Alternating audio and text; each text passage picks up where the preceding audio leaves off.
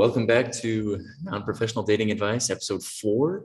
It has been a couple weeks. I took a couple weeks off because, frankly, I wasn't in school and I went on a cruise, so I didn't really have, any kind of connection there. And then just over the holidays, you just kind of get lazy. I don't know. That's just me personally. I get lazy. I don't keep up with things. So it's been a fat minute, but thank you for tuning in for episode 4. I have, as you can see, Logan Burton with me, my good friend. If you guys recognize him from we did some episodes over the summer that were really fun. We did kind of like the late night show vibe where we sat in front of my fireplace of all places and yeah, had like a little microphone and it was really fun. And I would love to like bring that back, but we're so far apart from each other right now. But we can like pretend, some people have like really creative ways to try to emulate being in a talk show. But should I introduce myself to go ahead. I'm listeners? Sure there's, especially because since I'm putting these out on Spotify, I'm sure there's plenty of people who have not seen my YouTube. So my name is Logan. I've been friends with Kyle for about like a decade now, probably. We've been talking about women for a decade now. So seriously. I'm currently at the University of Utah. I graduate this semester. So I feel kind of old right now, even though I'm only 22.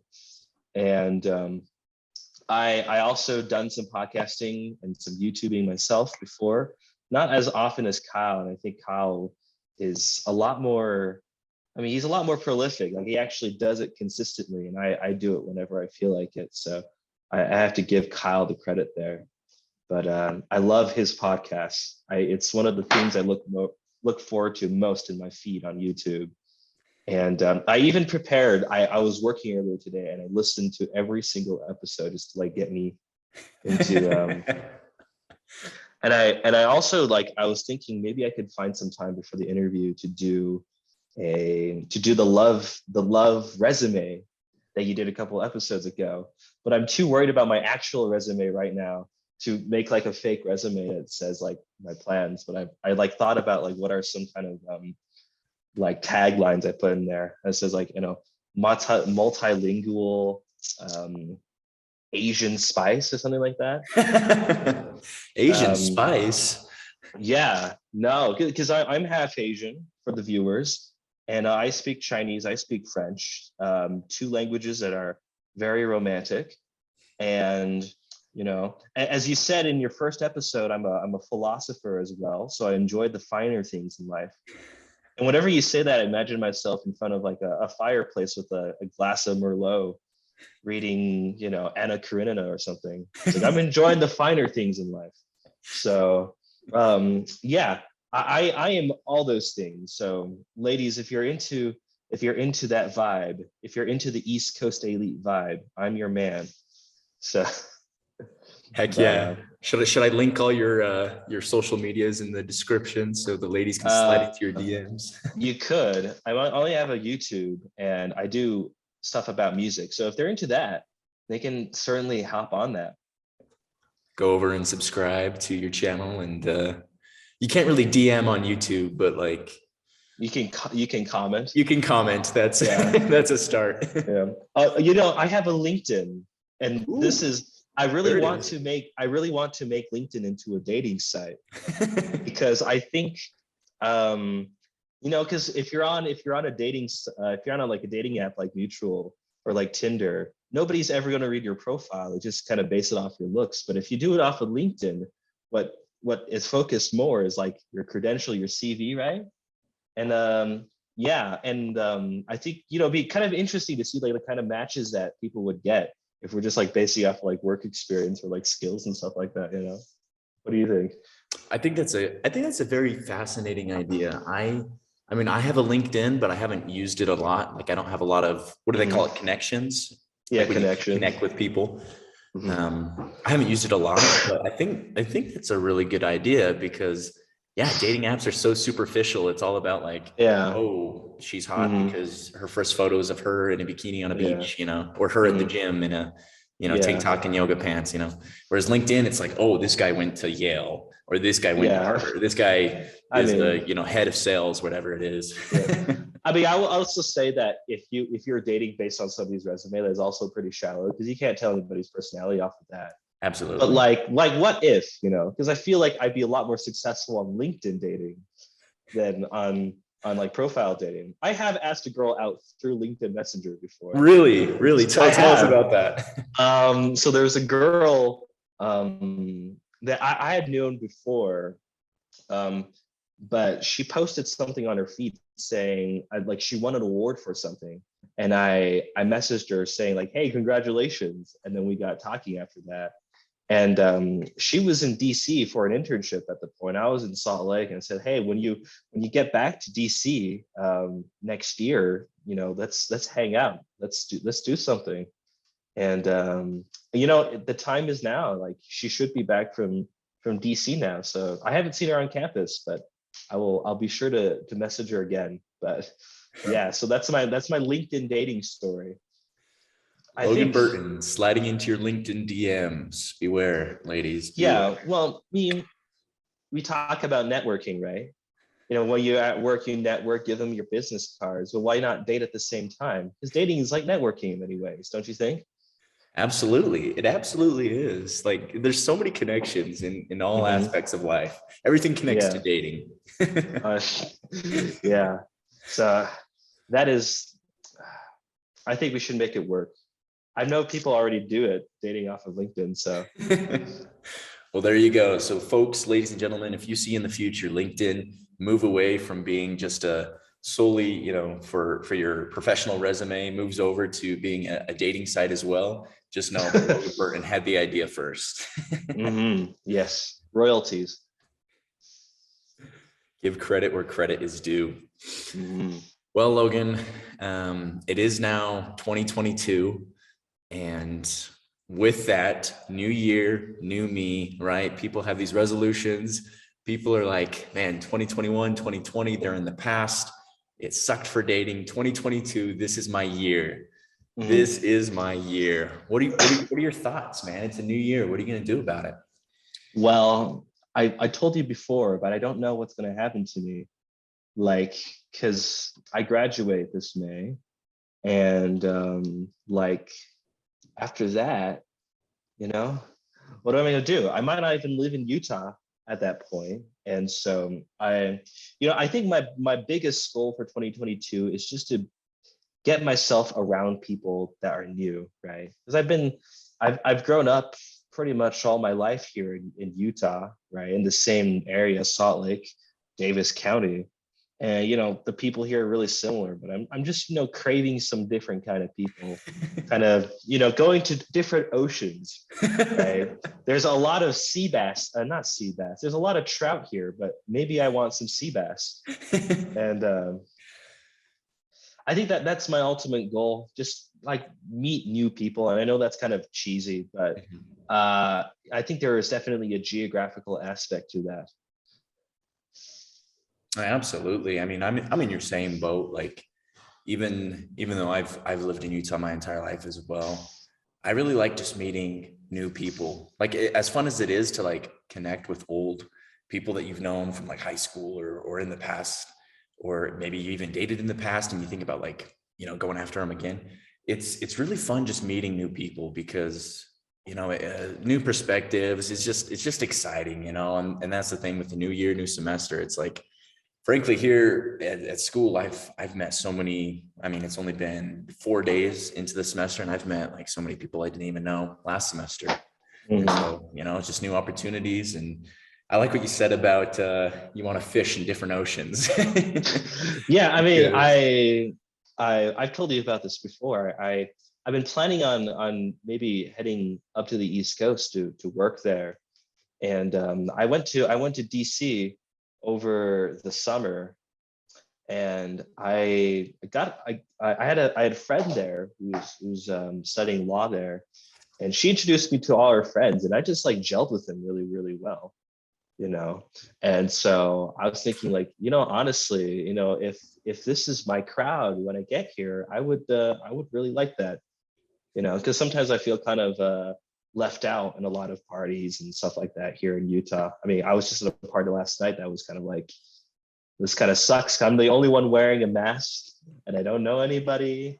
And yeah, just finding a sense of belonging. And I think if you find a place that belongs, dating is a lot easier because I think we treat dating like it's kind of a challenge and something that you don't really do, as like a hobby. I don't want to say like dating's a hobby, but like when you date, it's a big deal. I just Yeah. don't think it should be. And so Yeah. I think if you're with people that you're comfortable around with, when it's not like freaky to say, do you want to go out tomorrow night or something like that, then it will be a lot better. Absolutely. And I've mentioned this in earlier podcasts, and we've talked about it over the summer. Like dating should be something that is not like your biggest worry. You know what I mean? Like it shouldn't be like something that's like looming over you and you're just like always worrying about it 24/7. And I like what you mentioned about having kind of like a group of friends or somewhere where you can belong, because when you have those connections, when you have friends, when you have people that you can, be with and understand, then those relationships kind of open you up to having dating be more natural, as opposed to it having to be like this thing where it's like you have to like go out and not necessarily hunt, you know what I mean? But like you go out and like try to find somebody, as opposed to like you meet people through your friends or through where you belong. It's just so much easier that way. I feel like when I talk to people about how they met like their current partner or their spouse or whatever, they say like, oh, we met through mutual friends, or we met because my brother knew this guy, or whatever it was. So I'm definitely with you on that one. Yeah, I absolutely agree. Like I think it's kind of rare actually to see somebody that like hunted down. I mean, here's another thing. I think the word hunting down is so sexist. Like I don't like using that word because it's just so degrading on whoever is the target, right? But like let's say like you're like looking for somebody. I think it often, I know we've talked about this before, but like if you have excuse me, if you have like a target, if you have an objective, then you tend to like romanticize it all, and like your whole world like revolves around that, right? And there's like a term for it in like media. They call it manic pixie dream girl. And like the girl is so perfect that she like changes everything for the guy, but the guy, it's like placing her on a pedestal. And so yeah, if like every single person that you want to date is like that, I think you're in a kind of a bad situation there, because you don't even know them. You just know that they look hot. And so you're just kind of, it consumes you. And I think all guys know this, we've all been through it. Yeah, absolutely. I think I like how you said it consumes you, because it definitely, I mean, I've been there, like naturally, like my brain just like, when like I get excited or like something good happens, like my brain just like, what if this happens? It just starts like romanticizing everything. And and then you get heartbroken over a girl you never actually dated, that you were never actually involved with.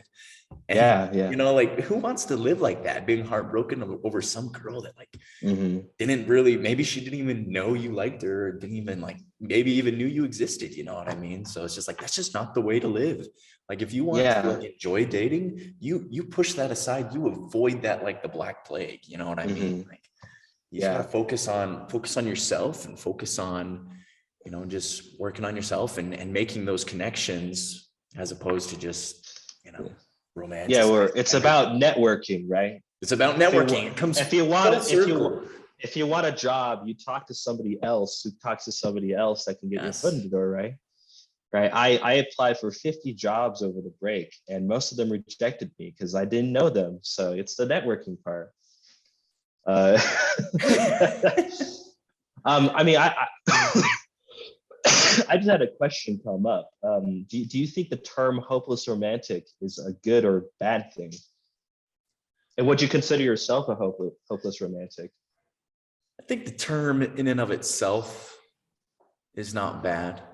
And I Mm-hmm. think hopeless romantic, for the most part, is generally used as there's a degree of uh, like not serious with it, like, oh, I'm a hopeless romantic. Like people joke about it, like, you know what I Mhm. mean? I definitely do think a lot of people fit into that category of hopeless romantic. I myself, I don't think I am hopeless romantic. I don't Mhm. know. I'd maybe have to think about it more, but I Yeah. don't I don't really have a preference whether I am or am not. But Yeah. I would definitely say I'm a hopeless romantic myself. Just that, because I have that habit of like romanticizing things, the target, if you will. Um, but I mean, I've seen it go both ways because on one hand, a hopeless romantic is just like somebody that can't help but have romantic gestures and just do cutesy little things. And I think some people think that's like really really cute and attractive, and others like what I just said. It's like, oh, so you're not actually getting anywhere. You're just hopelessly, trying to get romance instead of hopelessly always doing romantic things. yeah, very interesting. Well, my hope is that anyone who's listening doesn't feel hopeless when it comes to dating. Because I Mhm. mean, if I'm being frank here, going around saying that I'm holding a non-professional dating advice podcast, surely Yeah. my content has to bring hope, right? My content Yeah. is supposed to like encourage you to be like, oh, like dating is a good thing because Hmm. I can do this and I can do that and I feel confident about it, as opposed to being like, Yeah. dating's hopeless. Like Uh, this is stupid. I'm this done. I hate it's dating. Ah, you know what I mean? this is So many not people say that. this is not an incel dating podcast. Absolutely. Um, I think you're kind of dressed up like a pickup artist right now. A I don't know pickup if you artist? plan. Yeah, yeah, yeah. But the thing is, I don't think this podcast could be considered like a pickup artist podcast because pickup artists are the scum of the earth. And also, I feel like this is more like a support group where like people's like just talk about dating and we all air out our laundry, like our best dates and our worst dates. Yes, And then some sort of advice comes out of it. And we learn from stories, right? We learn absolutely. from stories instead of like just pieces of advice. Like, I don't know. Like Yeah. if you want a girl to like you, then you need to bench press several hundred pounds um and you know get a job in finance or something. Who knows? Yeah, that's very, very true. We're not here to list out how to get a girl in 7 days. Isn't there a movie called like how to get a girl in 7 days or something? You know what? Or like how Looking at to a how to fall in love in 7 days or something. I think there's something along the lines of that. But there's a YouTube channel called Teaching Men's Fashion called How to Make Your Crush Fall in Love with You in 7 days. how to make your crush fall in love with you in 7 days. Yeah, I if that worked, that would be I think that would be like a monumental change in history. like like that would be like almost as if as if that would be the equivalent, the real life equivalent of the genie in the bottle. Because most men, I bet their top three wishes, like I want to get this girl. So if they can make them fall in love with them in 7 days, that like there will be no more conflict in the world because everyone will be happy. And like, let's just say theoretically that this video like actually helps you get your crush to like you. It's so hard because dating is so like different for everyone. Like I've learned that as I've talked to different people and their dating experiences.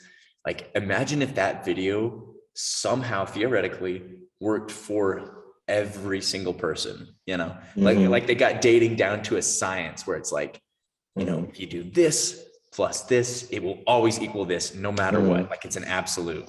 Like Yeah. that's just not how dating works. You know what I mean? So it's just Mm-hmm. like those videos are just like clickbait to get you to be like, Oh oh, yeah, I got to do of these things. You course. know what I mean? Mm-hmm. When really it's Yeah. just like, it's just a process, man. It's really Mm-hmm. just, a process that no one can master and no one can really say they know the answers because it's just so Yeah. relative. You can't give advice on this sort of things. Everyone's an exception unto themselves. That's what Carl Jung said. So, just kind of, it's a minefield. They say love is a minefield or something like that, but your limbs don't get blown off when something bad happens to you. It feels like it, but it doesn't happen. So, Thankfully, mhm. thankfully. So what are your 2022 love goals? Um, that's an interesting question because honestly, I like before, like in 2021, like at the end, like during that last week leading up to the end of the year, I hadn't thought about my goals. And Mhm. I was having a conversation with someone in my family, and they're like talking about their goals for 2022, and I was like, oh yeah, like I totally forgot that New Year's resolutions were even a thing. And so I made a few that were, non-love related. The one that I did make relating to dating is I want to go on a date, one date every week this semester. Okay. Have you Heck, have screw you this semester. I'm going to do the entire year. So there's 52 weeks, 52 dates, bare minimum. Okay. Do they have to be with 52 different girls? No, that because like what it because if I set that as the goal and let's say like girl number 6 or 7, like I like start to, connect with and Mhm. we go out multiple times, you know what I mean? Like I'm Yeah. not going to continue, you know what I mean? Uh, Mike, it's not a goal of conquest by any means, mhm. just to say, oh, I went out with 52 different girls, you know what I mean? Mhm. The idea, the principle is because last semester I went out, I think on 4 dates the entire semester. So that's like one a month. And Mhm. I don't know, it just wasn't as many Yeah. as I would have liked. And I didn't meet the 4 dates were only with 2 different girls. So I only met Mhm. really 2 girls. And so I wanted to open my horizons, and the Mhm. idea is that you go out and meet a lot of people, and if you're dating a lot, then you just get to know the pool a little better, you know what I mean? Yeah. That reminds me, how you go on YouTube and there's videos about people trying these really arbitrary challenges. Like I tried drinking cough syrup for a whole month when I wasn't sick or something like that. You could like post to YouTube, like I dated every single week for the year. This is what happened. I And it's like, should. I yeah. And absolutely then and should. right at the end, you just show you like proposing to somebody. And that's, And or that's you the should, happy ending. but even if you're like seeing the girl and you're not like ready to get engaged, you should tell her, hey, I'm doing this YouTube video. Can you pretend to be like really surprised when I ask your hand in marriage? It's for the views, but and however many views this video gets, I'll get you some of the revenue. No, that's an excellent idea. Just stage it all, Mhm. just plan out this elaborate plan, all for the views. The Mhm. problem is though, I have to get to 1,000 subscribers to even make any revenue. So Really? until Okay. that actually happens, Mhm. it Well, might not be the case. I think that's a good plan, but I would say, and again, I caution against, don't try to make targets, don't hunt, don't be a sexist misogynist here. Just, make friends and go out with them. But I mean, you got a good challenge on your hands. I don't know if I even hang out with people every single week of the year, but we'll see what happens, right? Yeah, I mean, I knew it would be difficult. I knew it's a very lofty goal, going Mhm. out on one date a week, especially when last semester it was for the entire semester. You know what Yeah. I mean? And so it will push me, but Mhm. honestly, I feel like I needed that push because last semester I was kind of a bum when it came to dating. I just like on my priority list, like heck, I had this podcast, like giving other people, advice and having this conversation, whereas I'm just like down here, like not making it a priority. So I felt Yeah. like no more hypocrisy, you know what I mean? Mhm. So it Well, will I mean, push me, if but I if think I can definitely do it. if you're a bum for only going on 4 dates this last semester, then I must be a super bum because I only went on like two or three. Well, I Well, mean, life gets in the way. yeah. If you call meetings dates, and I have 5 dates like a week because I have so many meetings that I can't. They're strictly professional Yes. and can't say they're dates, can we? Yeah, no, that's probably not. Probably not. Hmm. I mean, I So mean, I it, mean, you could, but you probably shouldn't. yeah. We're in the second week of January. Have you dated anybody yet? Gone So on any nice dates? I have a date tomorrow. Okay. Date tomorrow. Yeah. And that's gonna be the first. Because I mean, I didn't count last week. I wasn't here at school. So I Hmm. guess technically it'll only be 51 dates or whatever. Hmm. But just, a date a week is basically the principle. But I got one tomorrow night, Friday. I think the biggest challenge for me is gonna be because you have to plan ahead, Hmm. and so to almost like I feel like I might be thinking about the next date before the date even happens, you know what I mean? Hmm. And the last thing I want is like when you're on a date with someone, you don't want to be thinking about, you know, another person or another date that you're going on.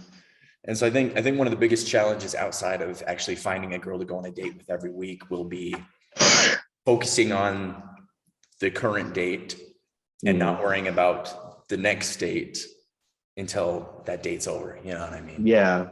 Well, I think a good excuse for a date is you can tell her I have a podcast. It's about dating. It's a date within a dating pod. So it's very meta. Let's go on a date where we talk about dating. It's Ooh. really gritty granular. I've tried back when COVID was really bad. I mean, still pretty bad, but when it was really bad, we were all shut down and we were resorting to, dating apps. I had an idea where I wanted to like ask every girl I matched with, like, do you want to be part of a talk show? That could be like our date. Because these people talk about Zoom dates, but let's like turn it into a show. And I never ended up doing that, but I don't see the problem in not trying that out. I feel like you have a much better platform than I do to try that out because I'm doing a podcast on dating.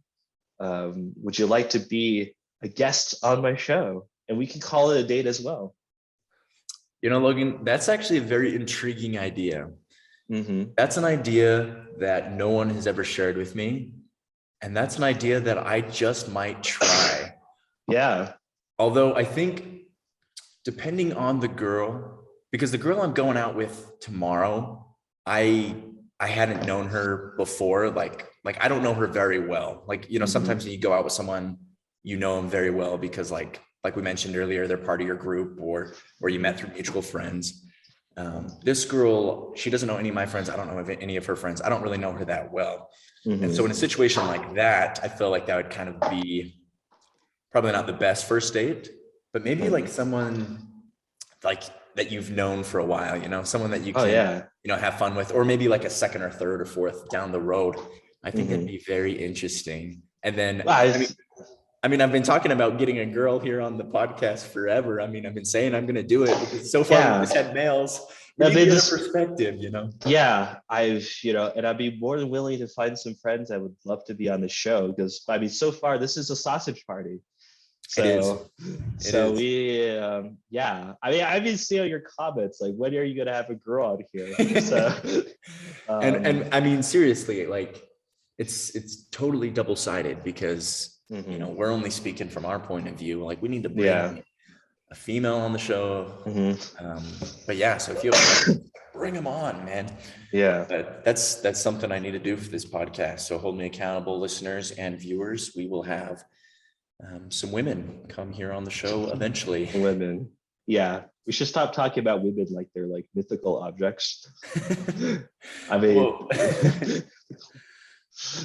I mean, our mothers are women. We know how to talk to our mothers. So yeah, uh, you gotta change this. yes, new year, new goals for the podcast. There will be the female presence here. You can guarantee that. You can Hmm. count on that.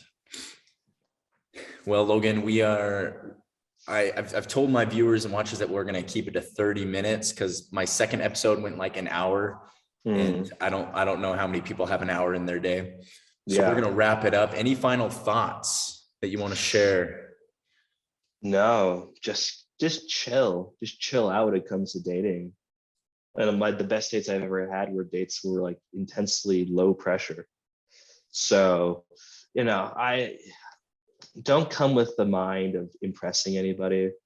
You know, I think dating advice, most of it is BS because it's just all about learning how to talk with people. And if you know how to talk with people, any date will go well. So honestly, I don't think I've had a really bad date for years because I know how to talk to people. So that's how you do it. Well, awesome. Thank you, Logan. I totally agree. I guess the takeaways from this episode would be, just be yourself, be natural around your friends and the people that you meet and make those connections, meet new people and don't worry about it. I've mentioned this before and I think I'll mention it in every episode going forward. Just don't worry, man. Just like take a deep breath and chill. It's 2022, new year, new you, so there you go. That's the cold hard facts right there, stated by Logan Burton himself. Stone cold. Stone cold. Awesome. Well, thank you so much, Logan, for tuning in or for joining me. We'll definitely have you, pop in throughout the rest of the semester. I gotta, mingle in some, like I said, some females into the show and some other people who want to be on, and we'll just bring on anybody and we'll have continuing conversations about dating and we'll figure this out together because, as you know, I am a non-professional, as the name of the podcast is. Yeah. And I will never be anything more than a non-professional. But I am a professional. But Logan is a professional. Yeah. I use LinkedIn to ask girls out. That is the definition of professional. Well, there you go. There you go. Well, thank you everyone for listening and or watching. Like I did last semester, we'll have episodes out about every 2 weeks.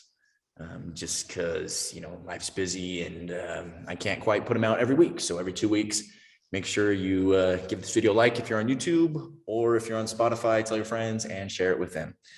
Thank you so much, Logan, for joining us. I'm Kyle Brunch with Non-Professional Dating Advice, and we are signing off.